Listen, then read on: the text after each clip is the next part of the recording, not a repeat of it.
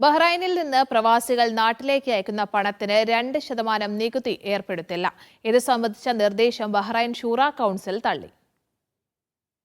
പ്രവാസികൾ ബഹ്റൈനിൽ നിന്ന് നാട്ടിലേക്ക് അയക്കുന്ന തുകയ്ക്ക് 2% നികുതി ഏർപ്പെടുത്തണമെന്ന നിർദ്ദേശം ഇത് രണ്ടാം തവണയാണ് ഷൂറ കൗൺസിൽ നിരാകരിക്കുന്നത്. പാർലമെന്റിൽ വിഷയം ചർച്ച ചെയ്ത ശേഷമുള്ള വോട്ടെടുപ്പിൽ എംപിമാർ ഏകകണ്ഠമായി നികുതി ചുമത്താനുള്ള നിർദ്ദേശത്തിന് അനുകൂല വോട്ട് രേഖപ്പെടുത്തിയിരുന്നു. എന്നാൽ രാജ്യത്തിന് പുറത്തേക്ക് അയക്കുന്ന പണത്തിന് നിശ്ചിത ശതമാനം നികുതി നടപ്പിലാക്കുന്നത് നിയമവിരുദ്ധ വഴികളിലേക്ക് നയിക്കുകയും കള്ളപ്പണം വെളുപ്പിക്കൽ പോലുള്ളവർക്ക് പ്രചോദനം നൽകുകയും ബഹ്റൈന്റെ സമ്പദ് വ്യവസ്ഥയ്ക്ക് ദോഷമുണ്ടാക്കുകയും ചെയ്യുമെന്ന് വിലയിരുത്തിയാണ് ഷൂറ കൗൺസിൽ നിർദ്ദേശം തള്ളിയത്. നികുതി നടപ്പിലാക്കുന്നത് അന്താരാഷ്ട്ര കരാറുകളുടെ ലംഘനമാകുമെന്നും ഷൂറ കൗൺസിൽ വിലയിരുത്തി.